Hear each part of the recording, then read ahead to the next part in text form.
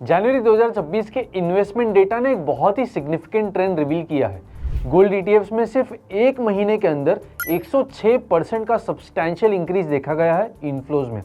ये ग्रोथ इतनी रिमार्केबल है कि इसने इक्विटी फंड्स के इनफ्लोज को ऑलमोस्ट मैच कर दिया है।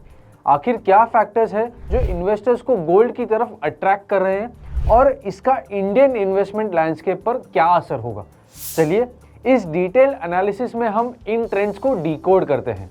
इस मार्केट शिफ्ट की डेप्थ को समझने से पहले अगर आपको ऐसे ही डेटा ड्रिवन इनसाइट्स और एक्सपर्ट एनालिसिस रेगुलरली चाहिए तो इस चैनल को अभी ही सब्सक्राइब कर लो। तो कोर डेटा पॉइंट ये है, जनवरी 2026 में गोल्ड ईटीएफ्स में ₹24,039.96 करोड़ का इन्फ्लो रजिस्टर किया है और ये फिगर इक्विटी फंड्स में आए हैं ₹24,029 करोड़ के इन्फ्लोज के ऑलमोस्ट इक्विवेलेंट है।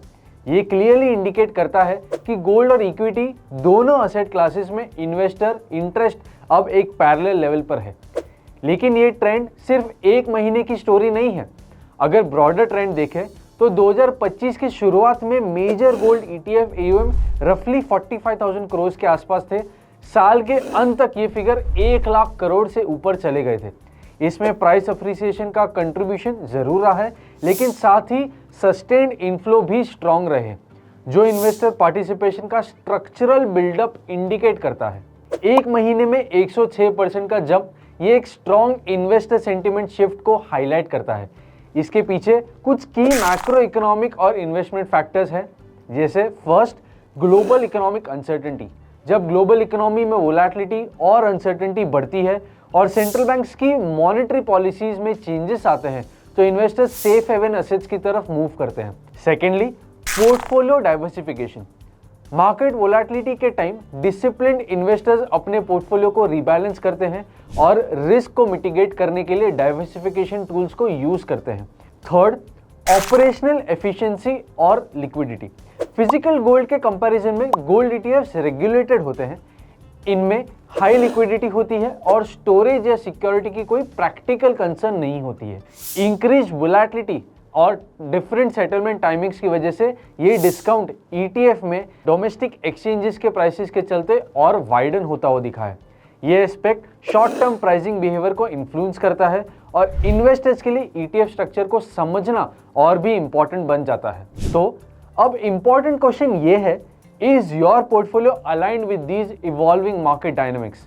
गोल्ड ईटीएफ्स में ये सिग्निफिकेंट सर्ज इंस्टीट्यूशनल और इन्फॉर्म्ड इन्वेस्टर्स की स्ट्रेटेजिक एडजस्टमेंट्स को रिफ्लेक्ट करता है।